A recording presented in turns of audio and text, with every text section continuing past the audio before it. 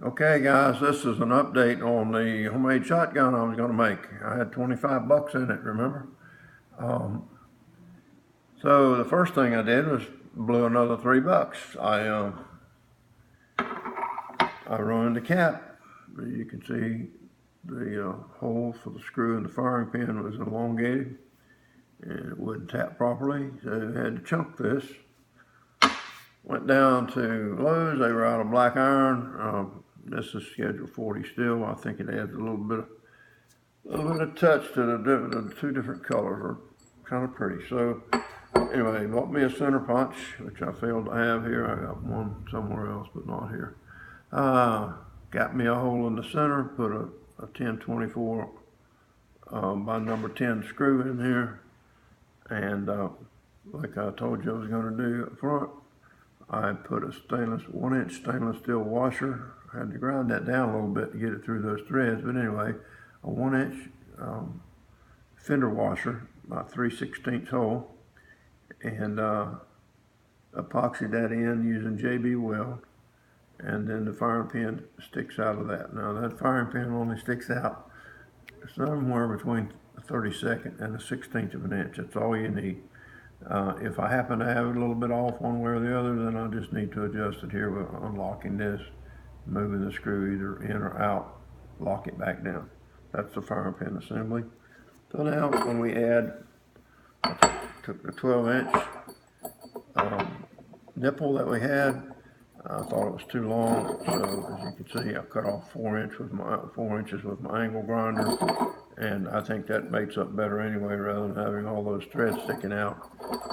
So now what we do is we end up with the receiver, and we put the cap on it, if we can get the cap on it, and I'll tighten that down later. So there's the receiver and firing pin. Now remember, we had the piece of 24-inch black iron pipe threaded on both ends.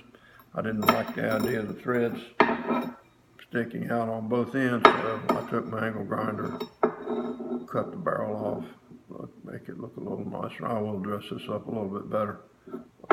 Some of these things I see on the internet are just not to my taste, so I'll clean it up a little bit more.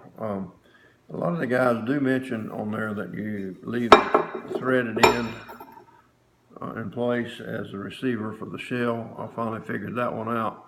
Without a lathe, you can't cut a true straight across that pipe without putting it in a lathe. So I don't have a lathe.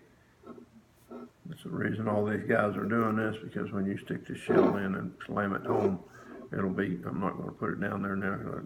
Right now I'm going to do a little something to figure out how to make me an ejector, even if it's a manual ejector. These things do pop out pretty good, but I don't need to be using my fingernails all the time. In any event, that fits now, nice and snug. Works just perfect fit. All right, so we're going to set that aside, because I don't like a double aught 12 hanging around when I'm fooling with something that doesn't have a safety on it. So now we have what amounts to an 8-inch receiver with a 1-inch cap, which makes it, with the screws, call it 8.5, maybe a little better, close to 9. And I did cut the 1 inch off of the other end of the barrel, so we've got 23 inches there. Barrel, you'll have to do a little work on this receiver. Notice that on right here, on all of these, you'll find that there is a seam here. It's not a seam, I think it's a mold mark. And they grind that off as it goes through, the pipe goes through the manufacturing process. However, there's an opposing mold mark on the inside the same way, and they don't grind that off. I don't know if you can see that or not. It really doesn't matter. You'll find that mold mark there, and that's why everybody has complaints about being able to get this barrel to slide in there nice and neat. You just take a radius file, put the radius right down on that line, work it a little bit. It cleans it right up. I didn't have any difficulty. So what we got is now we've got a 9-inch long receiver and cap with a firing pin in it. and a 23-inch barrel that in theory, once you put it all the way in, the total gun ends up being approximately 23 inches. So what happens is you would put the shell in, and I'm not going to do that, but you would put the shell in and push it all the way home, and then I'll take that out and get rid of it, make sure we don't blow a hole in the wall here, and then you put the barrel in with the shell in it, and notice right there is the end, so that's where it would fire. So if you just pull this thing out a couple of inches like that, slam it home, boom, she goes off.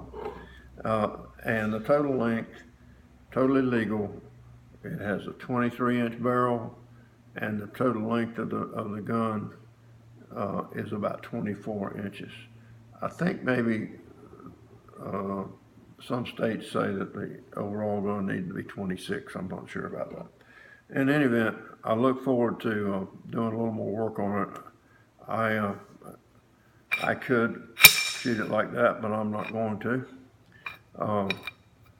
I'm going to figure a way to put me a little forearm on there.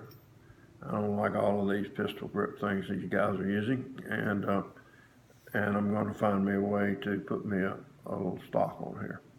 So I got a shoulder stock and a little forearm, and I simply boom, and off she goes. Okay, I think this will work pretty good.